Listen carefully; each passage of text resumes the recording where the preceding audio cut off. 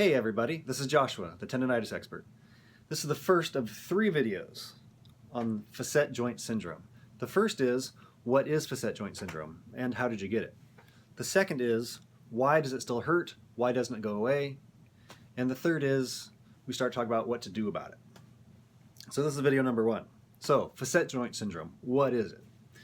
We can go really technical or we can go really simple. We're going to go simple because really you don't need the technical stuff. I would like to show you more about the specific things, but it's kind of hard to see. So again, we're going to go simple. So, what is facet joint syndrome? You have vertebra sit on top of each other. These are your facet joints. The joints, they sort of touch. So your bones sit on each other, the facet joints touch, and they move a little bit there. So ideally, you're supposed to have a little bit of space, a little bit of slack, a little bit of room to move, and that's how a healthy spine works. But you get facet joint pain when the facet joints are pressed into each other. So you're walking around, you're sitting, you're jumping, you're sleeping, and the joints are pressed into each other. The important question is why? And this is an important question when you're trying to fix the problem, because you need to know what's causing the problem. The problem isn't, I say, that the joints are pressing into each other. Obviously that is a problem, that's a symptom of the larger problem. The larger problem is you have tightness and compression in all directions that's pushing these bones into each other. So anything you're trying to do, you have to know why the problem is there. The problem is not the pain right here. Obviously it's painful. The problem is what's pushing these things together. And that's what you need to address, and that's what we're going to show you in video number 3. So, facet joint syndrome can be extremely painful and it can last a really long time. And the reasons for that are because there's multiple factors all working together to push these into each other. So doctors are going to do injections, they're going to try to have you do stretch, they're going to maybe even do surgery on these because they treat this like it's the problem. But this, again, is not the problem. The larger picture is the problem. The good news is it's simple, so we can keep it simple. There are forces at play. Specifically, your muscles are tight and they're compressing the bones into each other. So if you want to make the pain go away, you have to get rid of the overall dynamic. You have to get rid of the tightness. But it's not necessarily that simple because tightness is its own dynamic. So let's talk about that.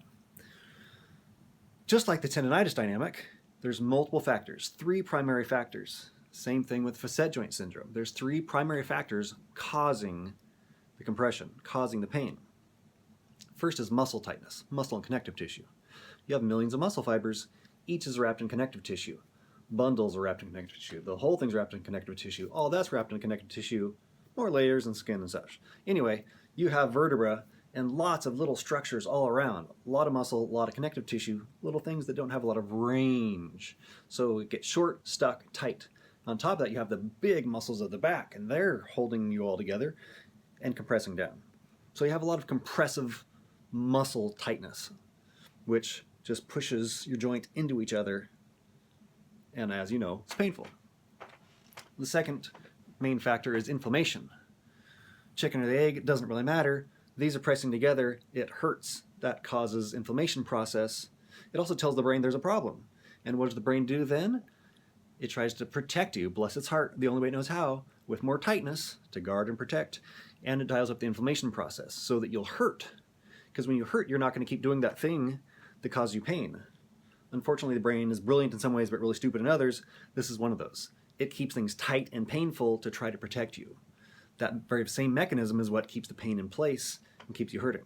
So you have muscle tightness all around, compressing. You have inflammation process, which is kicking out chemical that enhances your sensitivity to pain, which makes everything really hurt even more. And you have the third factor, which is nutritional insufficiency. So specifically muscles, they need specific nutrition to contract, and they need specific nutrition to relax. So you were already tight, which implies you were already short of some of that nutrition. So when things hurt, they get tight. When you're short of that nutrition, you get stuck tight. Inflammation makes things hurt, which makes things tighter. So you have all these forces making things tight. You would like it to just relax. You'd think it would when you sleep, but there's signals keeping it tight. So nutrition is one of those factors. You literally can't relax those muscles unless your body has enough of what it needs. If it doesn't have those little factors, the muscle can't relax. So all the massage in the world, all the stretching in the world can't help, or can help a little bit, to the degree you have enough of those particular nutritional factors. So, muscle tightness everywhere. Inflammation makes things hurt, makes things tight, and uses up nutrition. Muscle tightness uses up nutrition.